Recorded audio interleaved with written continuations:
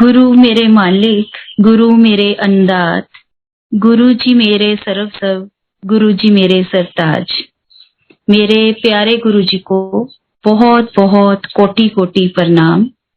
मेरे गुरु जी की प्यारी प्यारी संगत को भी मेरा शत शत प्रणाम। गुरु जी के साथ संगत जी मेरा सफर 98-99 में शुरू हुआ। पहले तो अनजाने में गुरु महिमा से अनजान रहे, पर फिर गुरु जी के बताए अनुसार जब शब्दवाणी में ध्यान लगाना शुरू किया तो सच में गुरु जी को अपने पास और अपने साथ महसूस किया। गुरु जी से जोड़ने में मेरी दीदी का साथ है। मेरे बड़े दीदी ने मुझे गुरु जी से विख्यात कराया। मैं उनके साथ पहली बार जब गुरु जी के गई तब मुझे वहां पे कुछ भी समझ नहीं आया कि मैं कहाँ आ गई और गुरु जी कौन है, ये इस रूप में कैसे हैं। जब मैं घर वापस आई तो मेरे हस्बैंड ने मेरे से पूछा कि जहाँ आप होकर आए हो आपको कैसा लगा। तो मैंने उनसे कहा कि मैं कुछ नहीं कह सकती, जब आप खुद जाओगे आप खुद जानना, मुझे तो कुछ भी समझ नहीं आया। एक्चुअली उस टाइम गुरुजी के इतने सुंदर रूप को देख के और गुरुजी के इतना ज्यादा, जैसे उनका ऑरा इतना ज्यादा वो देख के मेरे को तो कुछ समझ ही नहीं आया कि मैं कहाँ पे हूँ और किस रूप में गुरुजी को कैसे प्रणाम करना है। तो मैंने अपने हस्बैंड से बोला कि जब कभी आप जाओगे ना आप मुझे बताना, फिर मैं बता सकूंगी आपको। पर गुरुजी तो गुरुजी हैं। गुरुजी जैसे ही रात को मैं अपने हस्बैंड से सारी बात करके गुरुजी के बारे में बता के, क्योंकि हम एम्पायर स्टेट गए थे तो वहां से लेट ही आना हुआ, लेटे तो मैं सोचते हुए लेट रही हूँ कि कैसे मैं गुरुजी को कैसे अपनाऊं, मतलब क्या मैं सोच रही हूँ, कैसे उनका मुझे समझ नहीं आ रहा। लेकिन फिर गुरुजी तो जानी जान है। जैसे ही मैं सोई मुझे सपना आया। उस सपने में वो बड़ा भयानक सा सपना था। मुझे ऐसा लगा जैसे बहुत ही हलचल हो रही है, लोग इधर दौड़ रहे हैं उधर दौड़ रहे हैं। मैं भी मेरे छोटे छोटे दोनों बच्चों के साथ, जो कि अभी उस टाइम मेरा बड़ा बेटा फर्स्ट क्लास में था और जो मेरा छोटा बेटा है वो प्ले स्कूल में था। तो मैं भी जैसे उनके साथ बहुत भीड़ भाड़ में दौड़ रही हूँ। मुझे कुछ समझ नहीं आ रहा, पीछे लोग मारपीट कर रहे हैं। इतने में मैं एक रिक्शा पे चढ़ती हूँ, दोनों बच्चे मेरे साथ होते हैं और मैं बहुत डरी हुई हूँ, बहुत सहमी हुई हूँ। रिक्शा वाले को बोल रही हूँ कि भैया किसी के भी कहने पे बिल्कुल भी मत रुकना। इतने में थोड़ा सा जैसे अपने आप को हम बैठते हैं, अपना दुपट्टा ठीक करते हैं रिक्शा में बैठते हुए कि टायर में ना जाए, थोड़ा सा हलचल सी होती है।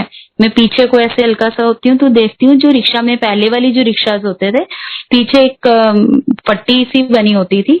तो मुझे लगता है कि जैसे वहां पे वो जो मैं देख के आई हूँ, आज ही दर्शन करके आई हूँ, गुरुजी बैठे हैं और जैसे कंधे पे उन्होंने हाथ रखा है, पीछे से बोला कि मैं हूं ना, ऐसे करके।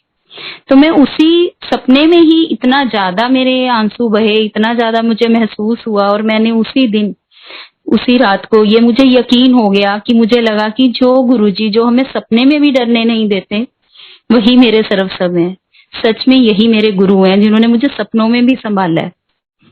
सो गुरुजी की महिमा तो उसी दिन, पहले दिन जब मैं अपने हस्बैंड को रात को कह के सोई कि मुझे समझ नहीं आया, गुरुजी ने तो मुझे उसी दिन ही समझा दिया कि मैं हूँ। सो गुरुजी के साथ सफर शुरू हो गया और बहुत अच्छा लगता था। हम लोग एम्पायर स्टेट जाते थे फ्राइडे को, बच्चों का शाम को जो भी होमवर्क होता था करवाना जल्दी जल्दी कि गुरुजी के पास जाना है एम्पायर स्टेट। हम लोग रोहनी रहते थे और रोहनी से ही वहां पे जाना होता था एम्पायर स्टेट एमजी रोड पे। और हर फ्राइडे गुरुजी के दर्शन करने का मौका मिलने लगा, बच्चों को साथ लेके जाना। बच्चों को बहुत अच्छा लगने लगा, इतना अच्छा कि गुरुजी ने बच्चों को समय आने पर अपना साथ उनको ऐसा जताया कि बच्चे भी गुरुजी को माने बिना नहीं रहे और इतना प्रेम करते हैं गुरुजी से। आज बहुत बड़े हो गए हैं उनके आशीर्वाद से कि हमें बहुत अच्छा लगता है। ऐसे ही जब फिर उसके बाद मेरे हस्बैंड गए गुरुजी के पास, जब हम कट्ठों ने वहां पे दर्शन किए गुरुजी के, जैसा कि गुरुजी को कभी कभी गुरुजी पूछते थे, हाँ भाई नाम दा सपना, पंजाबी बोल दे सी। तो बारी आई, मैंने अपना नाम बताया, गुरुजी मेरा नाम रेनू है। तो ऐसे ही हस्बैंड की बारी आई, उन्होंने अपना नाम बताया गुरुजी को उन्होंने बोला गुरुजी मेरा नाम स्वीट है। गुरुजी एक बार को थोड़ा सा चुप हुए, फिर कहते दोबारा बोल। तो फिर से इन्होंने बोला गुरुजी मेरा नाम स्वीट है। कहते हैं फिर तो बोल। तो इन्होंने बोला गुरुजी मेरा नाम स्वीट कुमार बंसल है, एसके बंसल है। तो गुरुजी बहुत मुस्कुराए, उनको ये नाम शायद बहुत अच्छा लगा उस टाइम। तो जब भी गुरुजी के पास जाना, माथा टेकना, कोई भी अपनी प्यारी संगत जैसे बैठी होते थे गुरुजी के आसपास, गुरुजी ने कई बार उनसे कहना थानू पता है एदा नाम पूछो, एदा नाम की है। तो उस टाइम हस्बैंड ने बोलना अपना नाम बताना, तो गुरुजी ने हंसना, मुस्कुराने लग जाना नाम सुन के और बोलना कि सच एदा ना ही स्वीट नहीं है, सच दा भी स्वीट है। मेरे को आज भी वो शब्द गुरुजी के याद हैं और सच में जो गुरुजी के मुंह से निकल जाता है आपको पता है कि वो सच ही होता है और सच में ही ऐसा है। सो गुरुजी का बहुत बहुत शुक्राना कि उन्होंने मेरे बच्चों के लिए, मेरे हस्बैंड के लिए इतने सुंदर शब्द कहे और वैसे ही उनको सुंदर बनाया, उनको अपने रूप को मनवाने में, अपने रूप को एक्सेप्ट करने के लिए उनको तैयार किया। सो जय गुरुजी। ऐसे ही जब गुरुजी के यहाँ जाना शुरू किया, बहुत सी कई बार छोटी छोटी सी बातों में मन परेशान होता, पर गुरुजी के पास जाके बहुत ही मन लग जाता, क्योंकि गुरुजी ने जैसा कहा था कि आते हो तो शब्दवाणी को बहुत ध्यान से सुनो, जो भी प्रश्न आपके मन में होते हैं उनका जवाब इन्हीं में से मिलता है। शुरू में ये बातें थोड़ी सी किसी से वहां पे से कभी सब आते थे उनसे सुनते थे, लेकिन जब महसूस करना शुरू किया इस बात को तो वो आज तक ऐसे ही लगता है जैसे कुछ सोचने से पहले गुरुजी हमारे अंग संग होते हैं और हमें जवाब मिल जाता है। गुरुजी का अथाह प्रेम ही हमारा अथाह विश्वास बन गया। गुरुजी से इतना प्रेम हो गया कि अब छोटी सी बात के लिए कई बार तो आज मूर्खता भी लगती है कि हम क्या सोच लेते थे गुरुजी के पास बैठे हुए। एक बार ऐसे ही आई थिंक 2004 की बात है, बड़े मंदिर में गुरुजी का जब बर्थडे था 7 जुलाई को, तो उस दिन हंसराज हंस जी का एक गुरुजी के दर्शनों में उनके लिए एक पेशकश थी, बहुत प्यारा सा प्रोग्राम था। तो हम लोग भी सब वहां पे जैसे अक्सर मौका मिलता था तो गुरुजी के बर्थडे पे जाना, न्यू ईयर पे जाना बहुत अच्छा लगता था दुनिया की कोई पार्टी इससे बड़ी नहीं है जब हम गुरुजी के साथ ये दिन मनाते हैं, बैसाखी और ये सब। तो हम भी गए हुए थे उस दिन गुरुजी के बर्थडे पे और अंदर हॉल में बैठे हुए थे, एसी चल रहा था, गर्मी बहुत ज्यादा थी। जैसे ही बाहर हंसराज हंस जी की स्टेज लगी और प्रोग्राम शुरू होना था तो गुरुजी ने सारी संगत को आज्ञा दी कि चलो बाहर चलते हैं, बाहर चल के बैठते हैं। जैसे ही अपन बड़े मंदिर में सीढ़ियों पे दर्शन करके सीढ़ी चढ़ते हैं, उसी की साइड में गुरुजी की गद्दी लगाई गई और वहां ही बैठना था। मेरे मन में आया अंदर बैठे बैठे, मतलब आज तो बहुत ही बड़ी मूर्खता लगती है, गुरुजी अच्छे से बैठे थे, बाहर बहुत गर्मी है, अंदर तो एसी चल रहा है, अब आप बाहर लेकर जाओगे, ऐसे अपने मन में सवाल उठे मेरे। और जैसे ही हम बाहर आए, क्योंकि गुरुजी तो फिर हमारे बहुत ही अपरंपार हैं, वो चाहे तो आंख झपके धूप छाया बन जाए और छाया बारिश बन जाए, पता नहीं चलता। तो जैसे ही हम बाहर आके बैठे, पता नहीं कैसे बैठते से ही इतनी प्यारी हवा चलनी शुरू हो गई, साथ में बहुत ही छोटी जो ड्रिजलिंग, बहुत ही जैसे बूंद बूंद करके कुछ हल्का हल्का गिरने लगा। कोई बरसात नहीं बनी वो बूंदें, लेकिन हाँ बहुत ठंडक देती रही। ऐसे याद ही नहीं रहा कि बाहर कोई गर्मी है। पूरा प्रोग्राम अच्छे से देखा, बहुत अच्छे से गुरुजी का बर्थडे उस दिन सेलिब्रेट हुआ, बहुत ही आनंद आया। और आज सोचती हूँ तो यही लगता है कि गुरुजी आप कितने अच्छे हो, आप अपनी संगत से कितना प्रेम करते हो। कितनी छोटी सी, कितनी तुच्छ सी बात को लेके मैंने आपको परेशान किया कि बाहर तो बहुत गर्मी है, और आपने कैसे उस गर्मी को भी कितने आनंद में बदल दिया कि महसूस ही नहीं हुआ कि बाहर गर्मी है। ऐसे ही गुरुजी छोटी से लेके बड़ी सी बातों तक बहुत साथ देते थे, बहुत कुछ अच्छा करते थे। फिर ऐसे ही गुरुजी के पास जाते जाते एक बार फिजिकल प्रॉब्लम आई, बहुत ज्यादा मैं बीमार रहने लगी, इतना ज्यादा कि कुछ डायग्नोज नहीं हो रहा था और 2 साल तक यही चलता था कि अचानक मुझे बहुत ज्यादा पेन उठा बैक की साइड में, और फिर मैं एडमिट होती, वहां पे मुझे ड्रिप के थ्रू पेन किलर्स वगैरह देते, और घर आ जाती ठीक होने पे। बहुत सारे अल्ट्रासाउंड हुए, बहुत कुछ हुआ, किसी को कुछ समझ नहीं आया। और एक बार यही पेन बहुत ज्यादा सीवियर हो गया और मैं रोहिणी में ही महावीर हॉस्पिटल में हॉस्पिटलाइज हुई। वहां पे 1 वीक तक डॉक्टर्स अपना अलग अलग डॉक्टर से विजिट भी कराया उन्होंने रोहिणी में, जैसे डॉक्टर नागरानी है या डॉक्टर चांदना है, सब डॉक्टर्स ने वहां पे विजिट किया मेरे पास, लेकिन कुछ भी डायग्नोज नहीं हो रहा था। किसी ने कहा इनकी बैकबोन में प्रॉब्लम है, और स्टेटिस्ट ने कहा कि नहीं इनको तो ऐसे साइको कोई प्रॉब्लम है, ऐसे कैसे कि भी एक बार अचानक से पेन हुआ और फिर इनको रिलीफ मिल जाता है। कुछ समझ ही नहीं आ रहा था। और फिर एक दिन यही मेरे दीदी, जो मुझे अपने साथ, तब दीदी मेरे करनाल से आते थे गुरुजी के पास, और फिर दीदी मेरे को देखने आए हॉस्पिटल, मेरे पास ही बैठे थे। तो वहां पे डॉक्टर नागरानी ने कहा कि आज इनकी बैकबोन में इंजेक्ट करेंगे, अगर कोई प्रॉब्लम हुई तो पता चलेगी। एक टाइप का वो टेस्ट था, बैकबोन में इंजेक्शन देना।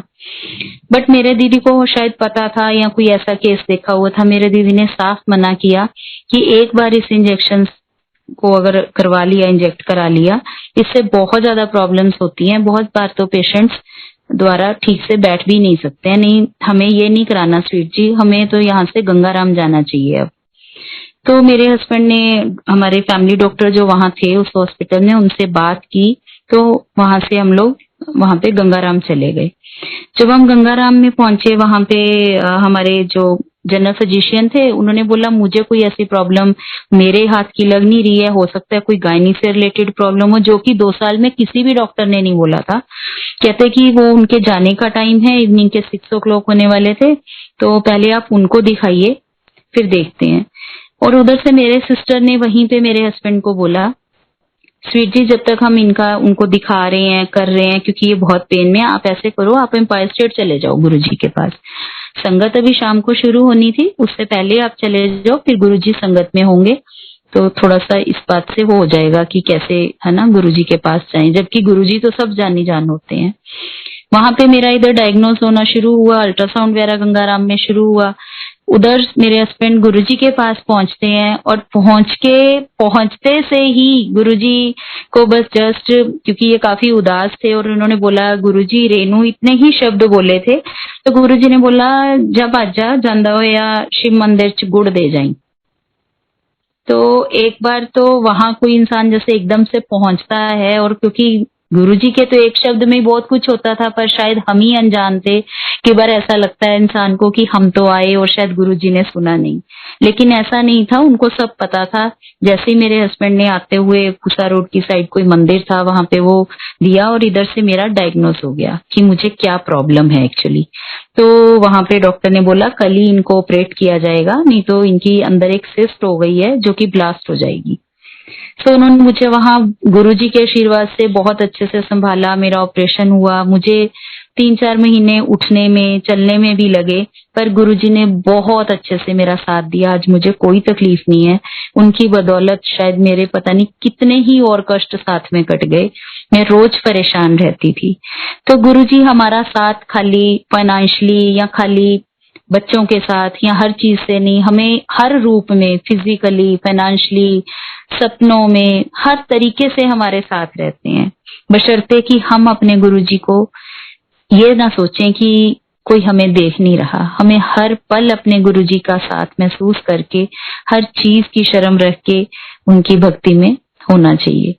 जैसा कि गुरुजी ने कहा है कि बिल्कुल भी कोई कण, सब संगत हमारी जानती है कि बिल्कुल भी कोई कण अनाज का हमें वो नहीं करना चाहिए, वेस्ट नहीं करना चाहिए, और सारे कण कण में उनकी ब्लेसिंग्स हैं। अब तो ऐसा होने लगा कि हमें हमेशा से ऐसे लगता है कि घर में भी जब भी हम प्रसाद खा रहे होते हैं, घर में बना हुआ जो गुरु रूप में हमारे घर में प्रसाद बनता है, उसमें हरेक कण में सच में 100 नियामतें हैं। मतलब बच्चे, अब आज मेरा बड़ा बेटा जो कि अमेरिका में सेटल्ड है, शादी हो गई है 2 साल पहले, तो वो लोग भी अगर कभी, देखो हम माँ बाप इतनी दूर बैठे हैं, लेकिन वहां पे कभी कोई छोटी मोटी किसी भी टाइप की, कभी मन छोटा हो जाता है, कोई प्रॉब्लम आती है, तो हम अपने बच्चों से भी यही कहते हैं कि बेटा गुरुजी को याद करो, उनका जल प्रसाद है, वही पियो और वही नियामत समझो, तो सब कुछ है। हमें बाद में याद करना, बस पहले गुरुजी को याद करना। वो तो क्योंकि बिल्कुल भी एक सेकंड भी नहीं लगाएंगे ना आपके पास पहुंचने में, आपके पास आपका साथ देने में। और सच में बच्चों को यही यकीन हो गया है, बच्चों को लगता है कि यही सच है। वो अब हमें बताने से पहले गुरुजी को बताते हैं अपनी किसी भी प्रॉब्लम को, गुरुजी के पास बैठते हैं और फिर वहां पे भी ढूंढते हैं कि उनको कोई संगत मिलती है तो वो जाने की कोशिश भी करते हैं और उसमें भी जाते हैं। बहुत गुरुजी के साथ उनको भी आनंद आता है। और क्योंकि बच्चों को गुरुजी प्रेम करते हैं, ये तो मतलब बहुत ही मैंने नजदीक से देखा कि एक बार जब बड़े मंदिर की शुरुआत होनी थी, 2003 में बड़े मंदिर को स्टार्ट होना था, तो ऐसे ही हम सबसे सुनते थे कि बड़ा मंदिर बन रहा है। जब भी एम्पायर स्टेट जाते थे कि वहां से प्रसाद भी बन के आता था एम्पायर स्टेट में रात को लंगर प्रसाद। तो जैसे ही वो होना था, एक दिन मन में आया कि हम भी संडे को अपने हस्बैंड को बोला हम भी देख के आते हैं और कहाँ पे ये बन रहा है, चलते हैं। जैसे ही हम वहां पे बड़े मंदिर में पहुंचे तो गुरुजी यहाँ पे आज जिस लॉन में झूला रखा हुआ है गुरुजी का, बाहर झूले जहाँ पे हम झूला दर्शन करते हैं वो नहीं, दूसरी साइड में बड़े हॉल की लेफ्ट साइड में, तो वहां पे गुरुजी घूम रहे थे, ऐसे वॉक कर रहे थे उस पार्क में। तो जैसे ही पहुंचे गुरुजी को प्रणाम किया, वहां पे मिले, बच्चे बहुत छोटे से थे। तो गुरुजी ने बोला सेवा करनी है, तो सेवा अब गुरुजी बोले तो बहुत ही बड़ी बात है ये तो मैं हाँ में सिर हिलाया, क्योंकि बोलने की तो बिल्कुल भी ऐसे लगता होता था कि गुरुजी के आगे कैसे बोले। सो गुरुजी ने उस टाइम बोला कि ठीक है आंटी, तुसी ये दोनों जड़े टॉयलेट बने ने नवे, ਇਹਨਾਂ ਚ किते एक पेंट का भी निशान नहीं रहे, ਇਹਨਾਂ ਦੀ सेवा करो, ਇਹ सारे साफ करने ने अच्छी तरह नाल। मैं कहा जी गुरुजी। और मेरे हस्बैंड को उन्होंने बोला कि पार्किंग सेवा में जाके ਉੱਥੇ जगह ਨੂੰ ਪੁੱਟਣਾ ਹੈ, ਉਹਦੇ ਨਾਲ ਜਿਹੜੀ ਵੀ ਚੀਜ਼ਾਂ ਦਿੱਤੀਆਂ ਕਹੀ ਵੈਰਾ ਨਾਲ ਪਾਰਕਿੰਗ ਸਾਫ਼ ਕਰਨੀ ਹੈ, जगह खोदनी है। ਤੇ ਇਹਨਾਂ ਨੂੰ ਉੱਥੇ भेजता। ਹੁਣ बच्चे गुरुजी कन्नी देख रहे थे, गुरुजी की तरफ देखते हुए उनको लग रहा था गुरुजी हमें भी कुछ सेवा दे दें। और गुरुजी तो जानी जान है, गुरुजी ने उन्हें बोला देखो जहां मैं घूम रहा हूँ इसके आसपास कितने पेड़ों के पत्ते गिरे पड़े हैं ये सारे लॉन में, ऐसे करो छोटी छोटी ढेरियां बना दो सारे पत्ते इकट्ठे करके। बहुत छोटे थे बच्चे, बड़ी खुशी में गुरुजी के आसपास घूमते हुए उन्होंने सारे पत्तों को इकट्ठे किया। उनको बहुत आनंद भी आ रहा था, हम भी गुरुजी ने हमें भी अपनी सेवा में रखा वहां। कब वो शाम के 4:30-5 बजे पता भी नहीं चला। फिर गुरुजी तो क्योंकि पूरा ध्यान रखते हैं, गुरुजी का संदेशा ही आया कि उनको बोलो आके वो मतलब लंगर प्रसाद करें। तो जैसे ही हम आए उस टाइम तो जहाँ पे अब लंगर प्रसाद का अपना हॉल है वहां पे एक बरामदा बना हुआ होता था, पीछे रूम्स बने होते थे। तो उस बरामदे में लंगर प्रसाद सेवा ऑलमोस्ट हो चुकी थी। उस दिन कड़ी प्रसाद बना हुआ था और हम वहां पे बैठे। तो जैसे ही खा रहे थे गुरुजी भी घूम रहे थे। जो छोटे वाला बेटा जो उस टाइम बहुत छोटा था, अभी लाइक वो 96 बोर्न है, उस टाइम होगा 4-5 ईयर्स का, वो कभी भी राइस नहीं खाता था। तो जैसे ही बैठे तो वो कड़ी प्रसाद और वो चावल प्रसाद बने हुए थे। तो मेरे मन में आ रहा है जैसे ही हम बैठे कि अब अच्छी बात है कि इसको ना ही डालें, क्योंकि मैं भी ऐसे इतना नहीं खा पाऊंगी और ये तो खाएगा ही नहीं चावल प्रसाद। तो मैं उसकी तरफ देख ही रही थी कि ये खुद मैं मना करूं जब प्रसाद दिया जाए इसकी थाली में। वैसे तो वो कड़ी प्रसाद भी नहीं खाता था, बट ये था कि चलो कुछ तो खाना है थोड़ा। तो जैसे ही पता नहीं कैसे गुरुजी को सब चीजें पता होती थी। गुरुजी ने जो अंकल वहां सर्व कर रहे थे उनको बोला प्रसाद कहाँ है। तो अब देखो वो अंकल देख रहे थे, शायद वो प्रसाद खत्म हो चुके थे वहां पे प्रसादे। तो गुरुजी ने दोबारा भी बोला।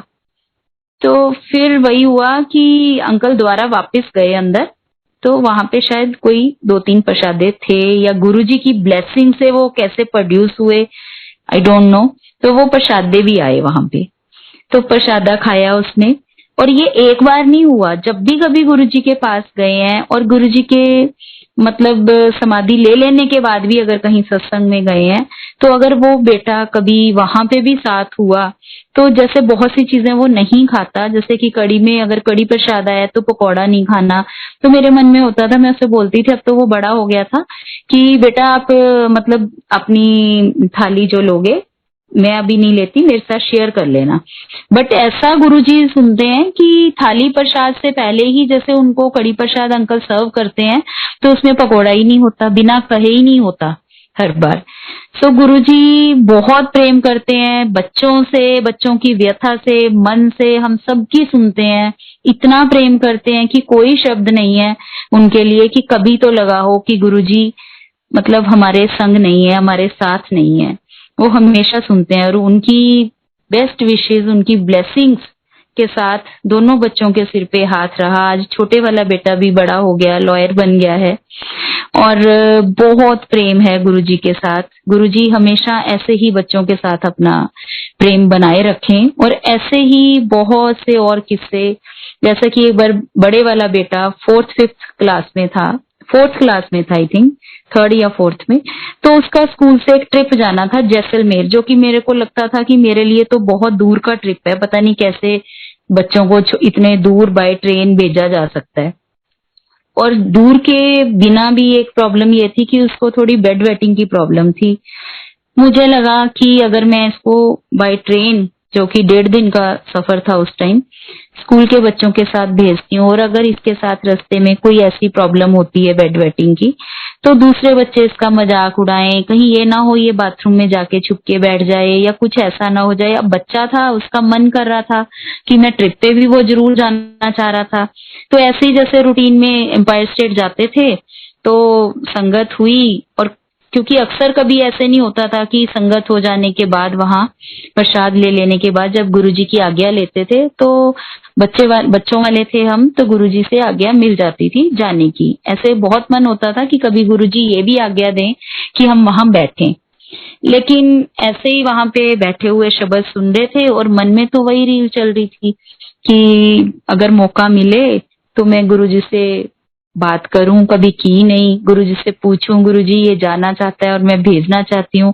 आज मुझे हर बात ऐसे लगती है कि मैं कितनी मूर्ख थी, कितनी छोटी बातें, मतलब मेरे लिए वो बड़ी थी, कोई और सुने तो शायद यही लगता है कि कैसी कैसी सोच थी।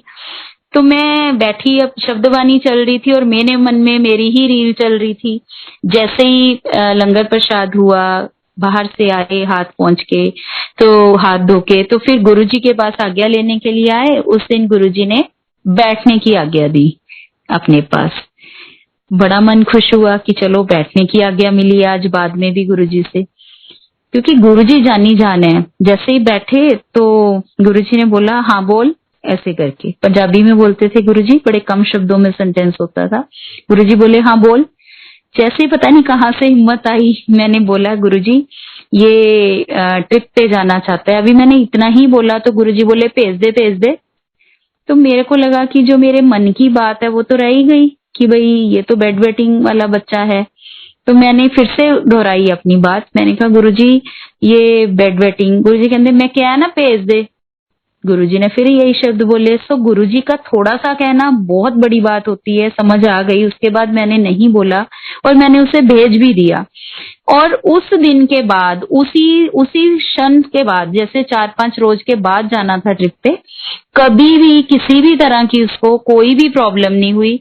और उस दिन के बाद उसकी सारी स्टडी भी बाहर से ही हुई, चाहे वो इंडिया में आउट ऑफ स्टेट हुई, दिल्ली के बाहर हुई, या फिर उसके बाद वो मास्टर्स वगैरह करने गया अमेरिका, वहीं पे भी सेटल है। फिर तो बस ये हो गया था कि गुरुजी ने बोला ना भेज दे भेज दे। जैसे जैसे वो कहता गया, जहां जहां एडमिशन होती गई, जैसे जैसे उसका सफर बना, बस इसी बात के बशर्ते मैंने उसको आगे भेज दिया कि जब गुरुजी भेजने वाले हैं, उन्होंने ये शब्द कहे थे मैं क्या ना भेज दे, तो फिर मैं कौन उन्नी है रोकन वाली।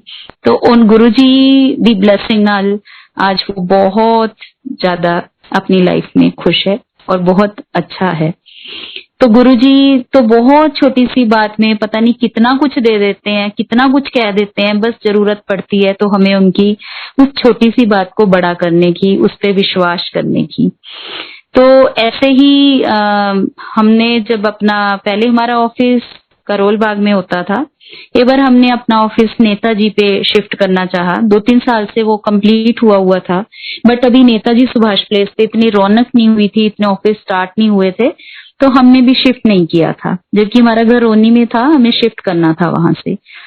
और फिर जब कभी आप अपना कोई बिजनेस ऑफिस या कोई चीज कहीं से शिफ्ट करते हो तो एक मन में थोड़ा सा डर भी होता है कि अगर हम शिफ्ट करते हैं पता नहीं कैसा रहेगा, वो ऑरा हमें कितना सूट करेगा, नई जगह पे हमारी कैसी तरक्की रहेगी। तो बहुत कुछ मन में विचार चलते हैं। तो फिर एक दिन ऐसे ही, क्योंकि अक्सर हम जाते थे गुरुजी के पास, उनकी आज्ञा थी तो जा पाते थे, जाके तो इंसान शायद दर्शन भी नहीं कर पाता। तो गुरुजी के पास जाते थे और मन में आया, मैंने कहा हम ऐसे करते हैं, अपनी ऑफिस की चाबियां लेके जाते हैं गुरुजी के पास। अगर गुरुजी की आज्ञा हुई तो समा मिला या इतना कुछ ऐसा हुआ तो गुरुजी से चाबियां ब्लेस करा के लाएंगे, गुरुजी से रिक्वेस्ट करेंगे। चाबी ले गए। उस दिन भी वही सेम चीज हुई, शब्दवाणी चल रही है, सब कुछ सुन रही हूँ, लेकिन अपने मन में अपने ऑफिस की रील चल रही है कि गुरुजी किसी तरीके अगर आज भी कुछ मौका दें, हम बैठे तो मैं गुरुजी को अपने मन की बात कहूँ। जबकि मन की बात तो वो, मेरे को लगता है हम ऐसा सोचते हैं, पहले से ही जान रहे होते हैं। उस दिन भी ऐसा ही हुआ कि हम लोगों ने लंगर प्रसाद लिया, उसके बाद बाहर गए, हाथ धोए, फिर आए आज्ञा लेने के लिए गुरुजी से। उस दिन भी आज्ञा लेने वक्त गुरुजी से आज्ञा बैठने की मिल गई। जैसे ही बैठे और गुरुजी कुछ नहीं बोले, बट हाँ गुरुजी देख रहे थे इस ओर। जैसे ही गुरुजी देख रहे थे तो लगा कि शायद मैं कुछ कह सकती हूँ अब गुरुजी को, शायद गुरुजी मुझे कुछ कह रहे हैं। पता नहीं कहाँ से कैसे हिम्मत जुटाई मैंने और गुरुजी से बोला, गुरुजी ये ऑफिस की चाबियां हैं नई ऑफिस की, इनको ब्लेस कर दो गुरुजी, वहां पे ऑफिस स्टार्ट करना है। गुरुजी ने बोला करो फिर। तो मैंने फिर से अगला सेंटेंस गुरुजी को बोला, गुरुजी आप वहां आओगे? क्योंकि मुझे पता चलता होता था कि गुरुजी कई बार कई जगह, जैसा कि हमें भी गुरुजी ने मौका दिया था। एक बार सोनीपत स्कूल में स्कूल के अंदर कुछ प्रोग्राम था, वहां पे हम संगत को गुरुजी ने बोला था कि वहां पहुंचना है। हम गए थे और बहुत अच्छा लगा था। गुरुजी ने पूरा दिन वहां पे सब संगत को, सब बच्चों को ब्लेस किया प्रसाद देके। तो ऐसे ही एक बार अमृतसर गुरुजी ने अपनी संगत में, हमारे किसी की शादी थी, हम नहीं जानते थे, बट गुरुजी की आज्ञा सर्व सब और सिर माथे पे, तो गुरुजी ने बोला कि आपको अमृतसर शादी पे जाना है। तो हम अपने बच्चों को लेके अमृतसर शादी पे गए। हालांकि हमें मानोगे संगत जी ये भी नहीं पता था कि जिस शादी में हम आए हैं वो कौन से अंकल हैं, उनकी बेटी की शादी है या हम बेटे की शादी है। तो जब हम पहुंचे तो शायद हम लेट थे, वो भी गुरुजी को पता होगा कि गुरुजी क्या भला करते हैं। दिन की शादी थी, तो वहां पे जब हम पहुंचे तो शादी भी खत्म हो चुकी थी। कुछ गेस्ट थे, ऐसे ही हम बस मिले, वहां नमस्कार किया कि उन्होंने भी कहा कि चलो गुरुजी की संगत आई है, इस बशर्ते हम उनसे मिलके थोड़ी ही देर में चल पड़े। अब ये तो क्योंकि गुरुजी जानी जान है और उन्होंने क्या कष्ट काटने होते हैं, क्यों वो एक जगह से हम लोगों को दूसरी जगह भेजते हैं। उस दिन शायद हमारा कुछ बहुत भला होना होता है, इसीलिए भेजते हैं। तो वहां पे होकर आए। अब बात थी कि उस दिन बैठे गुरुजी को चाबियां ब्लेस करने के लिए बोला, तो अगला सेंटेंस मैंने गुरुजी को बोला, गुरुजी आप आओगे? ऐसा बोला। गुरुजी कहते समझ में आ गया। मेरे को लगा कि शायद मैंने कुछ बड़ा अजीब और शायद मैंने कुछ गलत कह दिया, मुझे ये नहीं कहना चाहिए था गुरुजी को। तो पता नहीं कैसे इतनी हिम्मत फिर से, क्या तीसरी बार मेरे मन में, फिर मैंने ये गुरुजी से कहा, गुरुजी जैसा आप कहोगे वैसा प्रबंध कर लेंगे। मैंने उनको ऐसा बोला क्योंकि मैं सुनती थी कि बहुत पंडाल लगता है, गुरुजी की बहुत सारी संगत आती है, सबको गुरुजी ब्लेस करते हैं। बड़ा शौक था मन में उस मेले का कि उस टाइप का कोई मेला गुरुजी हमारे संग भी, हम भी हों उसमें, गुरुजी हों।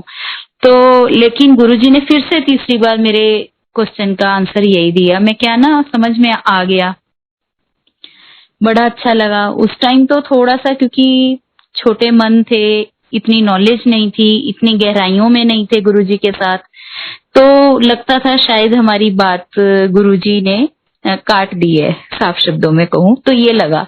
लेकिन नहीं, गुरुजी को शायद पता था कि वो तो हमेशा साथ हैं, ये कैसी बातें करते हैं कि भाई आप आ जाना या नहीं आ जाना। खैर हमने वो चाबियां ब्लेस कराई, गुरुजी का स्वरूप जो कि गुरुजी के हाथों से ही मिला हुआ था पहले, उसे हमने वहां पे लगाया अपने ऑफिस में। ये बात है अबाउट 2011-12 की, तो 2005 की बात है ये। तो तब हमने वहां पे अपना ऑफिस को स्टार्ट किया। गुरुजी की ब्लेसिंग से बहुत अच्छा रहा।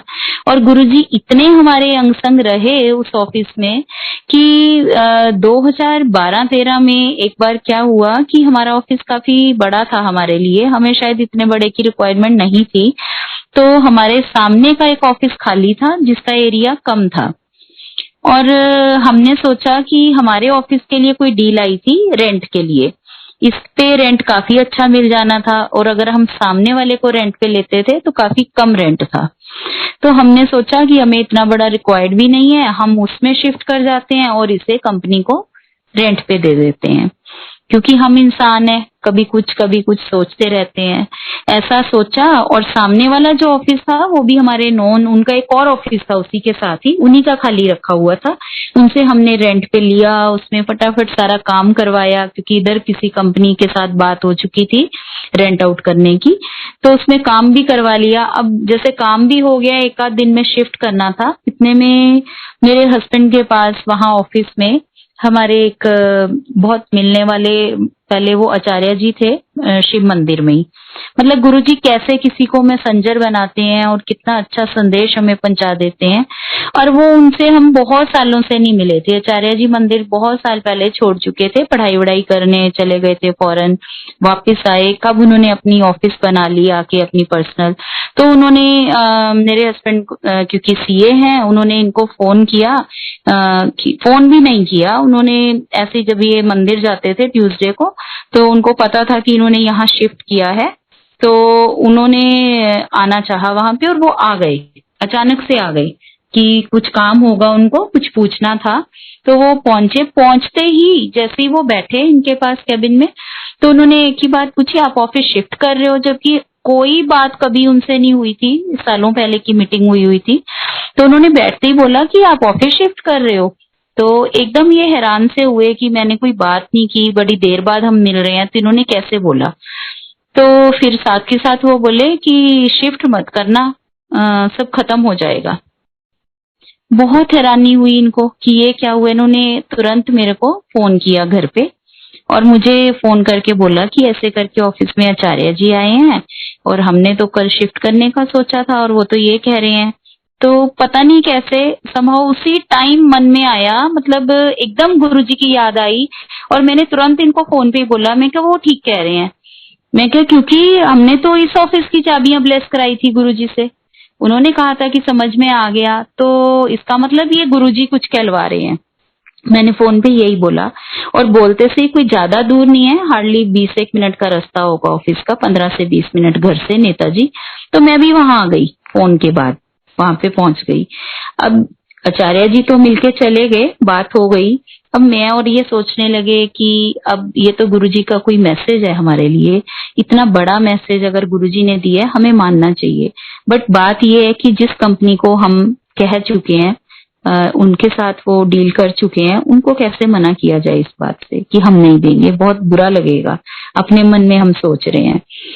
तो देखो अचानक से फोन आता है वहां पे मेरे हस्बैंड को, जो डीलर इस चीज की डील कंपनी से करवा रहा था, वो उसने बोला कि अभी उस कंपनी का यहाँ शिफ्ट होने का विचार नहीं है बंसल साहब, तो उनका तो है नहीं है, अगर आप चाहो तो आप उनका बयाना दे सकते हो वापस, और चाहो तो नहीं, जो भी इनिशियल मनी होती है जो भी इन्होंने उनसे पकड़ी थी।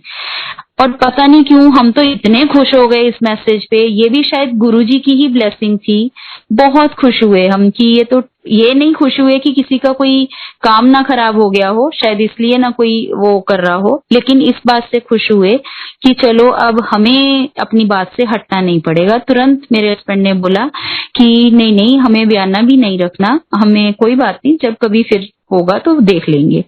अब उनका तो काम हो गया, गुरुजी ने कर दिया। अब जिनका हमने लिया था वो भी हमारे काफी अजीज, काफी अच्छे इनके क्लाइंट कम फ्रेंड थे, तो इनको वो भी ठीक नहीं लग रहा था कि हमने उनसे लिया, उन्होंने बड़े यकीन से हमें दिया और फिर अब उनको मना कैसे करें। लेकिन सामने ही ऑफिस था, उनको इधर बुलाया, वो आके बैठे, उनसे बात हुई, उनको सारी सच बात बताई कि ऐसे ऐसे भैया हो रहा है।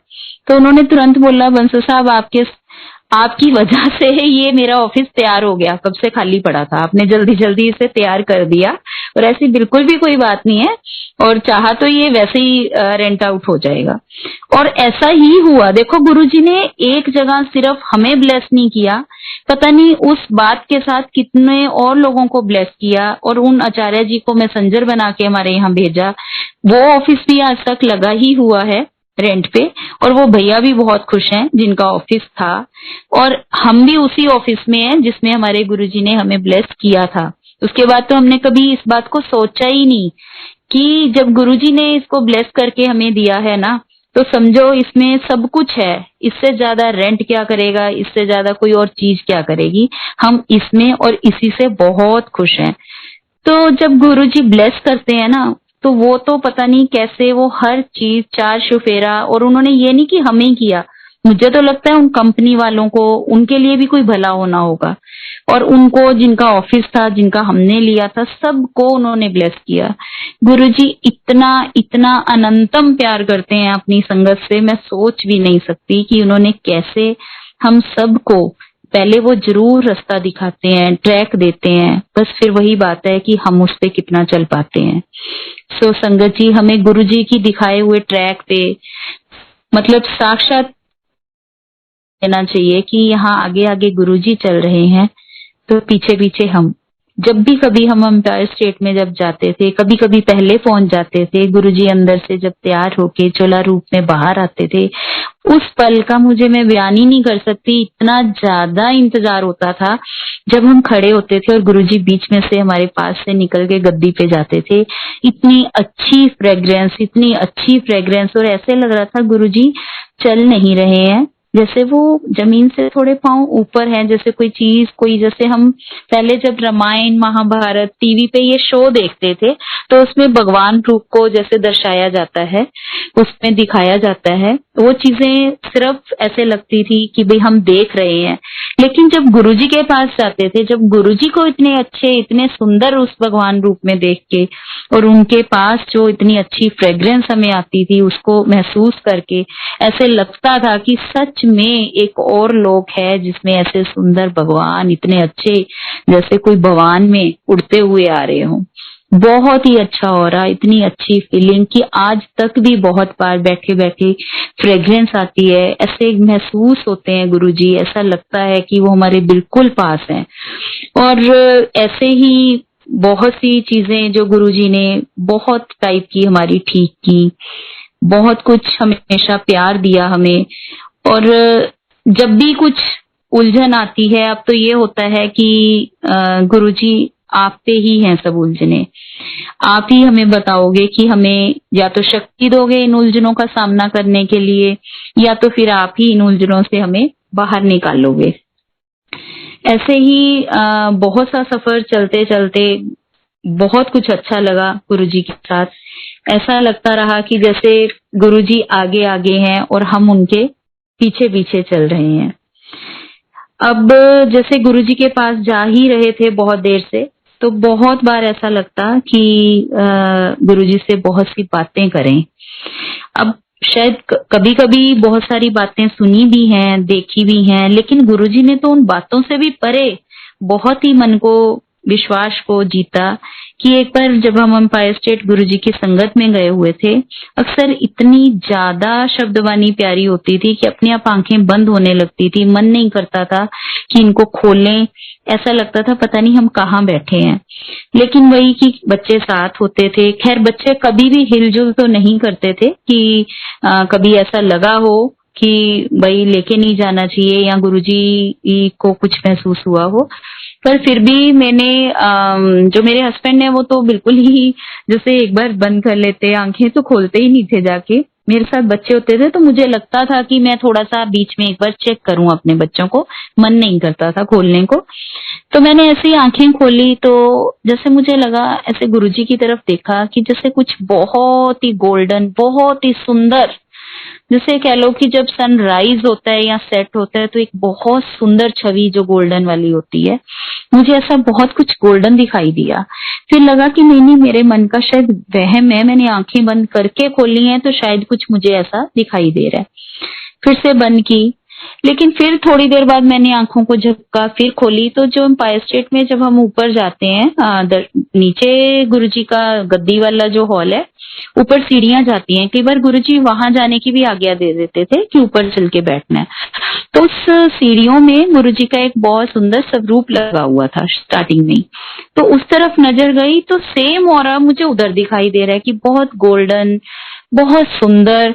और मैं अपने मन में सोच रही हूँ, ऐसे धीरे से अपने हस्बैंड की ओर देखा कि अगर ये आंखें खोलें तो मैं इनको भी दिखाऊं कि मुझे ही ऐसा लग रहा है या आपको भी ऐसा दिखाई दे रहा है। फिर आंखें और थोड़ी खोली अच्छे से, मन तो नहीं होता था ऐसा कुछ, लेकिन देखा कि सब संगत सबको, और सच में गुरुजी बहुत सुंदर रूप में दिखाई दे रहे हैं।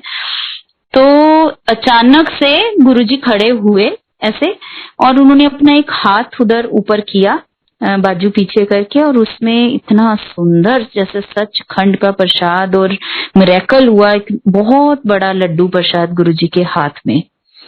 और सारी संगत उसी टाइम खड़ी हो गई गुरुजी के खड़े होने पे, और इतना सुंदर वो जैसे स्वर्ग सा नजारा बिल्कुल। उसमें से जब वो लड्डू प्रसाद आया, शायद उस दिन वहां पे जो एविएशन मिनिस्टर मिस्टर शोरी जो थे वो भी आए हुए थे, शायद उन्हीं को ब्लेस करने के लिए कोई प्रसाद प्रोड्यूस हुआ था, उनको दिया गुरुजी ने वो। लेकिन जो उनके कण मात्र नीचे गिरे जैसे, वो सब हम लोगों ने भी चखे, पर इतनी भी उस टाइम नहीं पता होता था, इतने अनजान थे। बहुत से लोगों से सुनते हैं कि उन्होंने उस कण मात्र को आगे की आगे प्रसाद में मिलाया, आज तक उसका प्रसाद वो खा रहे हैं। हमने तो उसी टाइम वहीं पे चखा, और जैसे उस ऑरा से बस निकल ही नहीं पाए, सोचने में ही रह गए। एक मैजिक सा लगा, एक बहुत सुंदर सी छवि, बहुत सी सुंदर उस वातावरण को, जिसको कि मेरे को मतलब वर्णन करने में मुश्किल हो रही है कि उसकी सुंदरता जितनी भी मैं कहूँ कम थी।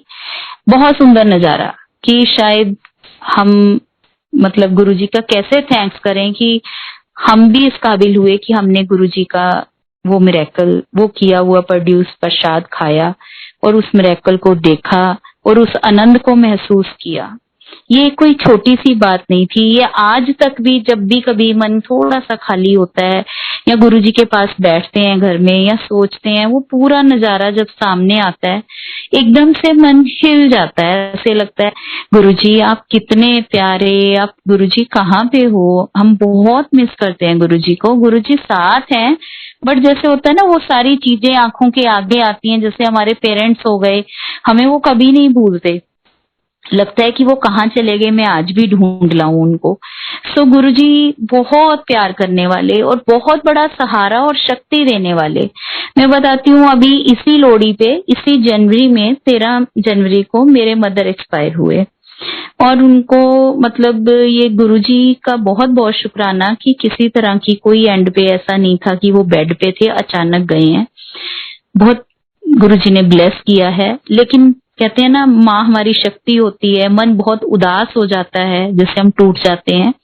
जब मैं अपनी मदर के पास उनके फ्यूनरल क्रीमेशन के बाद आई यहाँ पे, तो मैं आते हुए, आजकल फार्मर्स की वजह से रास्ते सारे ब्लॉक थे, बंद थे, डायरेक्ट पंजाब से दिल्ली में आना मुश्किल था। और मेरे साथ मेरे सिस्टर जी जो कि मुझे गुरुजी के यहाँ लेकर गए थे, वो आजकल गुड़गांव में हैं, तो दीदी भी मेरे साथ थे, तो हम बाया गुड़गांव ही आ रहे थे। जैसे दीदी वहां उतर गए, मैं आगे दिल्ली आ रही थी। जैसे ही मैं वहां से बैठी, मुझे लगा मैंने 2-3 दिन से अपने फोन को नहीं देखा वहां पे, तो मैं जय गुरुजी जैसे अपनी सब संगत से प्रेम में लिखती हूँ, तो मेरा मन हुआ कि मैं जय गुरुजी लिखूं, निकालूं, गुरुजी का वो देखूं। मैंने अपने फेसबुक को खोला, संगत जी आपने मानना नहीं, जैसे ही मैंने पेज खोला, किसी और संगत का कोई बड़ा सुंदर मैसेज। गुरुजी ऑलवेज किसी ना किसी को हमारे लिए, हमारी शक्ति के लिए हमें मैसेंजर भेजते हैं। तो मैंने उस मैसेज में गुरुजी का ऊपर बहुत सुंदर स्वरूप, और उसमें मैसेज में लिखा हुआ, हिंदी में लिखा हुआ लेकिन पंजाबी लैंग्वेज, तो उसमें लिखा हुआ था, जे तू कवें ता मैं आवा, तेरे सोफे ते बैठ के तेरे दुख नू तेरे नाल वंडा, तू फिकर ना कर मैं तेरे नाल आ, ये मैसेज शायद बहुत सी संगत ने पढ़ा हुआ होगा और ये मैसेज मेरे को खोलते ही मिला, क्योंकि मैं बहुत ज्यादा अपने उसमें थी, अपने मदर के चले जाने की वजह से बहुत ज्यादा तकलीफ में थी। उस मैसेज ने मुझे बहुत ज्यादा शक्ति दी। मुझे लगा मेरे तो गुरुजी मेरे साथ हैं, तो मेरे को अब ऐसा नहीं सोचना चाहिए, थोड़ा मन पक्का करना चाहिए। सो मैं रात के 11 o'clock हो गए, मैं अपने घर पहुंची। आके मैं जैसे नहाई, क्योंकि सफर से आई थी। जैसे मैं नहा के अपने सोफे पे बैठी कुछ खाने के लिए, जैसा हम मेरे घर में सोफे पे बैठे तो सामने ही गुरुजी का बड़े वाला स्वरूप है। तो मैंने खाना भी खा लिया, मैं बैठी, मुझे थोड़ा सा ऐसा लगा कि जैसे कोई स्वरूप में से कोई पूरी वो फिजिकल फॉर्म थोड़ा सा जैसे कोई 3D लगा लो कि बाहर को कोई चीज आई है और अंदर को गई है। पर लेकिन मैंने अपने आप को झनकाया, मुझे लगा कि जैसे मैं इतनी तकलीफ में हूं ना, तो मैं मतलब मेरी आंखें और मेरी थकावट ऐसी है कि मुझे ऐसे लगा है, मुझे ऐसा फील हुआ है। लेकिन मैं फिर अपने आप में 5 मिनट ऐसे ही फोन को देखती रही। फिर दोबारा मैं उधर को देखा, फिर मुझे वही चीज महसूस होने लगी कि जैसे गुरुजी उसमें से बाहर आए हैं, फिर से जाके अपनी गद्दी पे बैठ गए हैं। तब मुझे वो मैसेज जो मैंने 2 घंटे पहले पढ़ा, जो कैब में पढ़ा था, वो मुझे एकदम से ध्यान में आया कि मैं इस टाइम सोफे पे ही बैठी हूँ और गुरुजी ने यही तो मेरे को मैसेज दिया था कि जे तू कहे तो मैं तेरे को ले आवा, तेरे नाल सोफे ते बैठा, तेरा दुख वंडावा, तू चिंता ना कर, मैं है। सो मैं अपने आप को देखा कि मैं सोफे पे ही बैठी हूँ और गुरुजी ही मेरे को ऐसा दिख रहे हैं कि मेरे पास आ रहे हैं। मानना नहीं आपने संगत जी, मुझे इतनी शक्ति मिली, मुझे इतनी शक्ति मिली, मुझे लग रहा था जैसे अब तो मैं टूट गई हूँ। मैं अपनी मम्मा से बहुत ज्यादा वाली अटैच थी, मतलब मैं उन्हीं को अपना फ्रेंड, उन्हीं को अपना ही सब कुछ मानती थी। मुझे लगता था कि हे भगवान, अगर मुझे पेशेंस देना तो मेरे मदर जैसी देना, और मुझे शक्ति भी देना तो उनके जैसी देना। गुरुजी ने मुझे इतना सपोर्ट किया जब मैं घर पहुंची कि मैं बता नहीं सकती, क्योंकि जब मेरे फादर गए थे कोई 17-18 साल पहले, तब मैं डिप्रेशन में चली गई थी। तो मुझे इस बार भी यही डर था कि मैं ये चीजें नहीं सह पाऊंगी और शायद मेरे साथ कुछ ऐसा ही होगा। पर मेरे गुरुजी ने मुझे इतने प्रेम से संभाला कि मैं आपको बता भी नहीं सकती, और मुझे मतलब बहुत अच्छे से रखा। और मैं उठ उठ के गुरुजी को यही प्रे करती थी, गुरुजी प्लीज मेरे मदर को अपने पास रखना, उनको इतने प्रेम से सहलाना कि उनको कभी जीवन में कोई ऐसी तकलीफ ना हो किसी भी तरह की। सो मेरे गुरुजी इतने प्यारे हैं कि उन्होंने माँ को तो रखा ही, हम बच्चों को भी शक्ति दी। मतलब मैं अपने बच्चों को भी यही कहती हूँ कि हमें तो हमेशा चाहे भूल भी जाना याद करने से, पर मेरे प्यारे गुरुजी को कभी मत भूलना, कभी मत भूलना उनको हमेशा याद रखना, हमें चाहे भूल जाना। और मैं गुरुजी को ऑलवेज एक ही प्रार्थना करती हूँ कि गुरुजी बच्चों से कभी भूल भी हो जाए तो आप हमेशा उनके साथ रहना, जैसे आपने हमें हमारे हर सफर में संभाला, थामा, हमेशा शक्ति दी, ऐसे ही हमारे आगे भी आप हमारे आगे आने वाले रास्तों पे भी हमें ऐसे ही थाम के रखना। और हमारे से जितनी भी भूल हुई, जो भी कुछ हो, प्लीज हमें बख्शना, अपने छोटे बच्चे समझ के हमें माफ कर देना। अब संगत जी, गुरु जी के प्रेम की तो अथाह सीमा है। वो तो इतना प्रेम करते हैं कि हम डूब डूब के नहा नहा के भी निकल लें तो वो कम नहीं होता, हम उतना ज्यादा और चमकने लगते हैं, क्योंकि हमारे अंदर उतना ही गुरु जी के लिए जो विश्वास पक्का होके कॉन्फिडेंस आता है ना, हमें अपने जीवन की उलझनों को मतलब फेस करने में वो हमें बहुत शक्ति देता है, वो विश्वास। सो मैं तो यही कहती हूँ कि गुरुजी मतलब आपने मुझे पहले ही दिन ये दिखा दिया था मेरे सपने में कि बेटा बिल्कुल भी कहीं रुकने की, थमने की, किसी से डरने की कोई जरूरत नहीं है, मैं हर दम तुम्हारे साथ हूँ।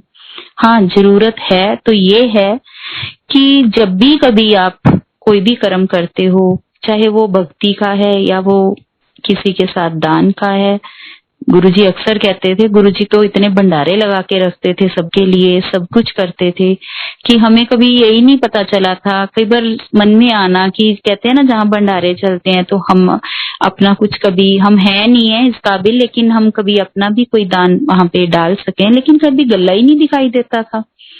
जब हम गुरुजी के पास पहले जाते थे तो किसी से पूछना पड़ता था, जैसे कभी भी नहीं, क्योंकि गुरुजी ने हमें सिखाया कि कभी भी कोई भी दान है वो छुप के करो, और कोई भी अनाज है उसे वेस्ट ना करो, और कोई भी ब्लेसिंग है उसे इतने हक से लो कि उसके बदले में आप अपने कर्मों को ठीक रखो। तो गुरुजी ने हमें कर्म करना, हम नहीं कहते कि हमसे बहुत सारी भूल हो भी जाती होंगी, लेकिन हमेशा गुरुजी याद रहते हैं ना। तो मुझे ये लगता है कि कुछ भी करने से, हम कुछ भी करते हुए हम उनको याद करते हुए करते हैं, तो हमसे शायद, अगर हमसे कोई भूल होनी भी होती है, शायद उसका कोई बहुत ही छोटा सा कनमात्र तो हो भी जाता होगा, लेकिन कोशिश नहीं होती है कि नहीं, मेरे गुरुजी मेरे साथ हैं, मैं कैसे ये भूल कर सकती हूँ, मैं कैसे किसी को ऐसे बोल सकती हूँ, क्या राइट है मुझे किसी को, मेरे अपने में शायद कितनी कमियां होंगी, क्यों मैं किसी में कमी ढूंढूंगी। सो ये बातें अब गुरुजी ने बहुत सालों से हमें सिखा दी हैं, और हम सीख भी रहे हैं। सीखने की कोई सीमा तो नहीं होती, गुरुजी ऐसे ही हमें सिखाते रहें और हम सीखते रहें। और बस गुरुजी, हमेशा मैं यही कहती हूँ कि आपके होते हमें किसी चीज का कोई गम नहीं, कोई डर नहीं। हाँ गुरुजी, मेरे प्यारे गुरुजी, आप बस हमें अपनी उंगली पकड़ के चलने का एक आज्ञा देते रहना कि हम आपके साथ, आपके अनुसार, आपके साथ हमेशा चलते रहें। और आप भी जैसे आपने हमेशा हमारे साथ अपना अंग संग बनाए रखा है, ऐसे ही हमेशा बना के रखना। अब रही बात, जब मैंने अपने बड़े बेटे की शादी कर दी, जैसे ही उसकी सगाई हुई, तो जो मेरी डॉटर इन लॉ है, हिंदू है, बट वो गुरुजी से, वो देहरादून से बिलोंग करती है, बट वो अपने गुरुजी से अवेयर नहीं थी। अब उसने देखा कि इनके घर में सब गुरुजी को बहुत जय गुरुजी करते हैं, आपस में भी अगर बात करते हैं नमस्ते की जगह, या गुरुजी की मानता है, बहुत विश्वास करते हैं। तो उसने मुझे एक सवाल किया सगाई से पहले कि मम्मा, मैं एक चीज पूछना चाहती हूँ आपसे, वो ये है कि आप लोग जैसे गुरुजी को बहुत मानते हो, और मैं फास्ट भी करती हूँ, मैं हिंदू धर्म से भी बिलोंग करती हूँ, पर अगर मैं ना मान सकी तो आप लोगों को बुरा लगेगा, तो ऐसा तो कुछ नहीं है। तो मैंने उसको जवाब दिया, मैंने कहा देखो, मानना मनाना हमारा काम नहीं है, ये हमारे गुरुजी का काम है कि उन्होंने किसको आज्ञा देनी है, कौन उनको मान सकता है। ये हमारा तो कोई काम ही नहीं है, ना आपने सोचना है ना हमें सोचना है। ये तो गुरुजी देखेंगे कि उन्होंने आपको मनाना नहीं मनाना, आपको अपने साथ जोड़ना या आपने जुड़ना, ये सब उन पे छोड़ दो। हमने भी उन्हीं पे छोड़ा था। रही बात कि हाँ हम मानते हैं, इससे आपको कोई प्रॉब्लम नहीं होनी चाहिए, आपके मानने की तो हमें कोई प्रॉब्लम नहीं, वो गुरुजी देखेंगे। पर संगत जी मानोगे, ये शब्द मैंने उसे कहे, उसको यहाँ एम्बेसी में अपना वीजा लगवाने आना था, उसने सगाई से पहले अपनी स्टडी मास्टर्स के लिए उधर जाना था, स्टार्ट करनी थी। तो उसका अचानक से मुझे फोन आता है, उसका नेक्स्ट डे उसका इंटरव्यू था कि मम्मा, क्या आज वो जहाँ आप जाते हो गुरुजी का वो मंदिर आज खुला होगा। ये बात है 2017 की, यस 17 की। तो उसने मेरे से पूछा कि क्या वो खुला होगा, मैं आरके पुरम में रुकी हुई हूँ, मेरा बहुत मन है कि मैं आज वहां पे माथा टेक के आऊं। पहले तो मैं बहुत खुश हुई अपने घर में, ये इवनिंग का टाइम था 3 o'clock का। मैं इतनी खुश हुई कि गुरुजी वाह, आपने तो अपने आप ही करिश्मा कर दिया, मुझे तो कुछ करना ही नहीं पड़ा। क्योंकि मैं हमेशा कहती थी, आज भी कहती हूँ, अभी दूसरा बेटा अनमैरिड है, गुरुजी जो भी मेरे घर में आए बस वो आपसे प्रेम करे और आप उनसे प्रेम करो, मुझे यही चाहिए और कुछ भी नहीं चाहिए। सो जैसे ही उसने बोला, मैंने बड़ी खुशी में अपने हस्बैंड के ऑफिस में फोन किया, मैंने कैसे करके कोपल का फोन आया है और आज मंडे है, मंडे को फिर 10 o'clock बंद हो जाता है, तो हम लोगों को चलना चाहिए। तो उसने बोला मुझे रास्ते से आप ले लो। मेरे हस्बैंड ने भी मुझे बोला तुरंत कि हाँ ठीक है, तुम टैक्सी बुलवाओ, मैं ऑफिस से बैठता हूँ, फिर हम उसे लेते हैं। हमने उसे ले करके हम जा रहे थे, रश इतना रास्ते में, उस दिन बहुत रश। जैसे ही हम बाहर अपने टी पॉइंट पे पहुंचते हैं गुरुजी के पास जाने के लिए, टी पॉइंट से भी थोड़ा पहले, तो मैं सोच रही हूँ, मैं क्या गुरुजी बहुत रश है, और आज तो इसके मन में आया है गुरुजी अगर आप आज ही मंत्र जाप पे अगर हम पहुंच जाएं आपके पास हॉल में, हमें मंत्र जाप करने को मिले, मुझे ना इसे बताना पड़े कि हमारे वहां पे गुरुजी के पास कैसे और क्या होता है। तो ये भी अटेंड करे तो बहुत अच्छी बात होगी। अंकल, आप आंटी, संगत में सबको मैं कहूंगी कि आपने मानना नहीं, कभी आज तक हमने कुछ ऐसा सोचा ही नहीं, चाहे टी पॉइंट से कितनी ही परे, कितने ही किलोमीटर पे संगत गाड़ी के लिए बोले तो हम वहीं पे लगाते हैं और वहीं पे सब करते हैं। जैसे ही उस दिन टी पॉइंट पे पहुंचे और ऐसे लग रहा था कि बहुत दूर गाड़ी को जगह मिलने वाली है और शायद हम पहुंचेंगे ही नहीं, और लेकिन हम जैसे ही पहुंचे, एक अंकल थे वहां पे, उन्होंने बोला कि चलो जल्दी करो। उन्होंने इधर ही हाथ निकाला और उधर ही हमारी गाड़ी अपने बड़े मंदिर के पास पार्किंग में गई और गाड़ी वहां लगाने के बाद जल्दी से हमें अंदर भेज दिया लाइन में से। जैसे ही हम बड़े हॉल में पहुंचे हैं अपना सर्कल काट के, और जैसे ही वहां जाके बैठे और मंत्र जाप स्टार्ट हो गया। मन इतना खुश, लाखों करोड़ों जितनी बार भी मैं गुरुजी का शुक्राना कर सकूं मैं करती हूँ कि हे मेरे प्रभु, हे मेरे परमात्मा, आप गुरु रूप में आप हमेशा साथ रहते हो। अभी तो मैंने सोचा ही था कि आपने बिल्कुल वही सब कुछ कर लिया। तो हम जब बैठे, गुरुजी ने हमें मौका दिया, उसने भी मंत्र जाप किया, हमने भी किया, बहुत अच्छा लगा। मतलब मैं आज तक उस चीज को कभी ऐसे सोचती हूँ ना, ऐसे लगता है कि गुरुजी आप कितना प्रेम करते हो, आप कितना प्रेम करते हो, हम तो कुछ भी नहीं है, हम तो बिल्कुल सोच भी नहीं सकते हैं, आप तो बहुत ही हमेशा हमें वो करते हो। जैसे ही पहुंचे, मंत्र जाप किया, वहां से गए, चाय प्रसाद के लिए गए, चाय प्रसाद ली, बड़ा मन खुश। और वो दिन और आज का दिन, मेरी डॉटर इन लॉ भी हमेशा फोन पे जब भी उधर बात होती है हमारी, वो हमेशा पहले बोलती है जय गुरुजी, फिर बोलती है नमस्ते मम्मा। तो मैं इतनी खुश होती हूँ, मैं इतनी खुश होती हूँ गुरुजी, बस उसने जय गुरुजी बोला है तो समझो आप उनके पास हो, आप उनके साथ हो। गुरुजी हमेशा ऐसे ही साथ बनाए रखना, ऐसे ही हमेशा हमें प्रेम करना, हम बच्चों की भूल को माफ करना। मेरे प्यारे गुरुजी, आपको फिर से शत शत कोटि कोटि प्रणाम। गुरुजी, सारी संगत को मैं तो ये चाहूंगी कि बहुत ब्लेस करना। हम सब जो भी आपका जितना भी जब प्रसाद चखते हैं, उसके कन कन में आपने पहले ही बहुत सारी ब्लेसिंग डाली हुई हैं, पर उसको ऐसा अमृत कर दो, जिसको भी सेहत की जरूरत है, जिसको भी फाइनेंशियली कुछ प्रॉब्लम है, जिसके भी बच्चे पढ़ना चाहते हैं, आप सबको उस कन कन के जरिए ब्लेस कर दो। सब आपके पास आते हैं गुरुजी, आप उनको जानी जानो, आप उनको सब कुछ पहले से देते हो, आप ही हमारे कर्म काटते हो, और हमें ये शक्ति भी देना कि हम अपने कर्मों को ऐसा बनाएं कि हमें अपने कर्म कटवाने के लिए अपने गुरु के ऊपर उसका बोझ ना डालना पड़े। हमारे गुरुजी ने बहुत कुछ संगत का भला करते करते अपने ऊपर लिया है, पर हम कुछ भी कभी संगत अपने गुरुजी को दे नहीं पाती। पर गुरुजी, हम किसी काबिल तो नहीं है, पर मेरी यही आपसे प्रार्थना रहती है और मैं यही चाहती हूँ कि गुरुजी आप पे बहुत बोझ ना हो, हम बहुत कुछ ना मांगे, लेकिन इंसान है, फिर कोई ना कोई इच्छा अंदर से, हाँ, इच्छा कोई ऐसी नहीं होती कि गुरुजी ये बड़ा हो, वो ऐसा हो, ऐसा कुछ भी नहीं है। पर क्योंकि गुरुजी साथ होते हैं ना, तो वैसे ही विश्वास में सब कुछ बड़ा होता जाता है।